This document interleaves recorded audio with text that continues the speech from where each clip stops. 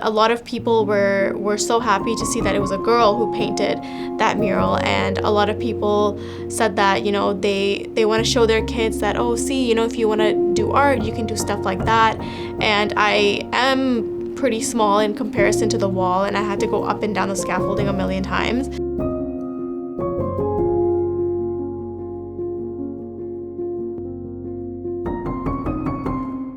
So my name is Emil. I'm 26 years old. I am from Toronto originally, but currently I live in Jersey City, New Jersey.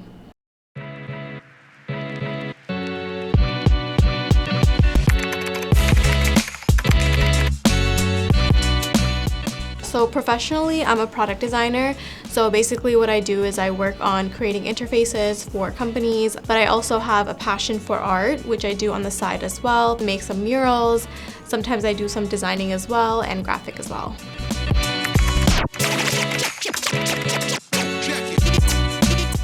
Passionate, driven, and creative. Those are 3 words that I would describe myself as.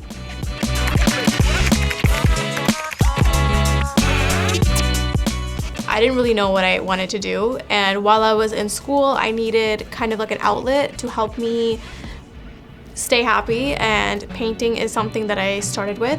And the way that I started painting was doing Islamic calligraphy. So basically, since I'm Muslim, I grew up reading the Quran, and that's the art behind that. The Islamic art has always been so beautiful to me.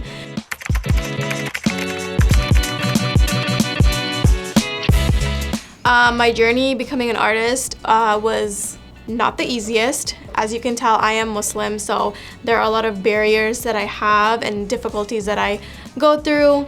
I'm also a woman, so I have to work harder, and being in the minority. Throughout the early years, it wasn't the easiest because, of course, being a daughter of an immigrant family and the eldest, my parents were very skeptical of my art career, and they would see me put hours and hours into my craft, and I was passionate, I was driven, and I knew it was something that I wanted to do. Even if I didn't want it to be full-time, I wanted it to be a big part of my life. Now I feel like I've been painting for almost 10 years. I want to say consistently, almost 10 years professionally. So I feel like now my journey is getting to a point where I'm finally getting the return of the years of work that I put into and recognition for that.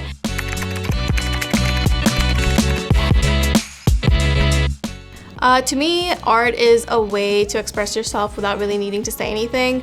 I feel like my art speaks for itself, and it does kind of reflect me.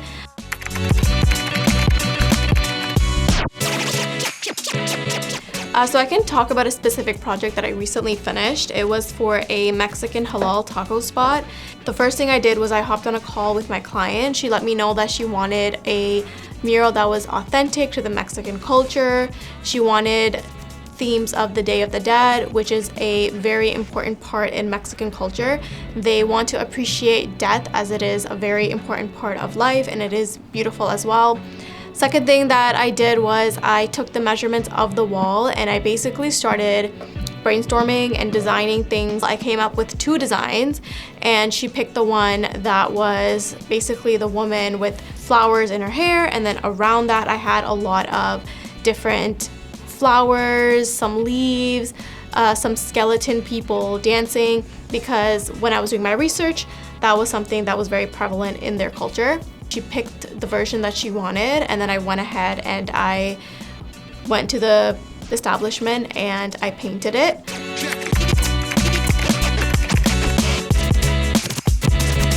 I think people don't understand that these beautiful murals that you see in the walls of like downtown or anywhere around the world are very expensive to do, especially in Canada. A lot of these walls that are painted on big buildings, stuff like that, are usually contracted through agencies from the city, and they can go from like thousands to tens of thousands to hundreds of thousands of dollars.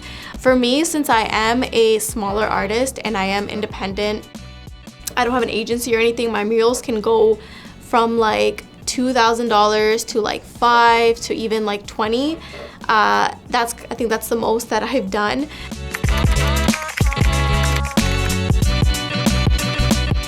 So traditionally, how you're supposed from what other muralists that I've seen, so, like a consistent way that I've seen people charge is by square footage. So they'll do like 25 to 50 to whatever per square feet. I do mine a little bit differently, so I'll price my murals based on the days that it will take me, how much the materials would cost, like the finishing of the wall, and how long I think that it would take. So honestly, I can finish murals in 2 to 3 days, but this is mainly because I do indoor murals, so it's a bit easier because the walls aren't as big and it's like a better temperature, I'm more comfortable, stuff like that. Whereas painting murals outside, I have to charge way more because it's usually brick. It's more difficult to work with. You have to prime your wall, you need a different type of paint. That paint is expensive. So it depends on some stuff like that.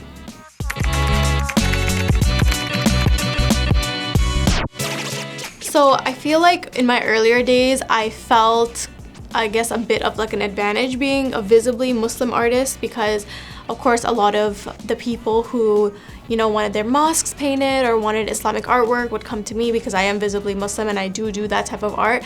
However, when I kind of was growing up and I was expanding my artistic horizon, there were certain things that I did want to paint and certain opportunities that I did want that weren't necessarily Islamic. And I feel like because I do look visibly Muslim, I'm not taken as seriously for those roles, even though I know in my heart that I'm just as creative and I feel like I could do a good job painting a mural or doing any type of artwork, or maybe even doing like a gallery show. But I feel like sometimes, because I am Muslim, I don't get those same amount of opportunities, and if so, I would have to work harder for them.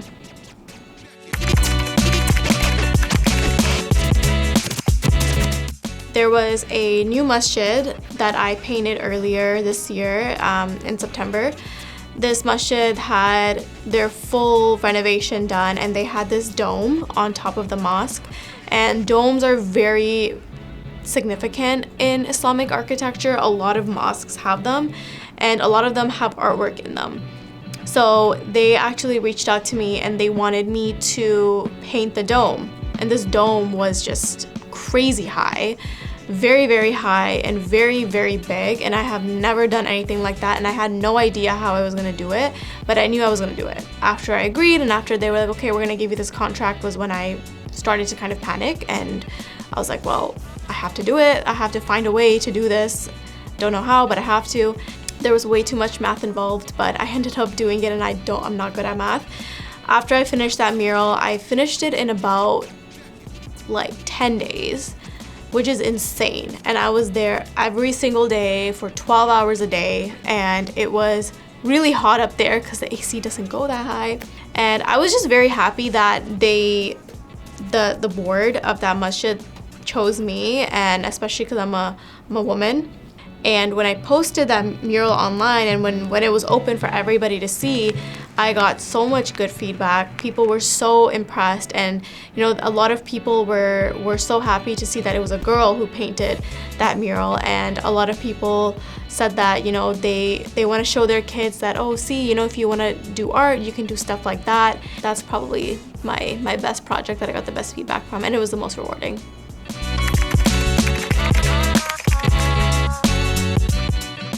Just know that there is enough room, more than enough room for everybody. Don't ever feel like there's too many people doing this type of art that you want to do. Number 2 would be consistent and post everything, document everything. If you go down on my Instagram, you literally will see my work from 2015 and it's not that good, but I keep it there because if people are, you know, going through my work, they can see, okay, you can see my progression.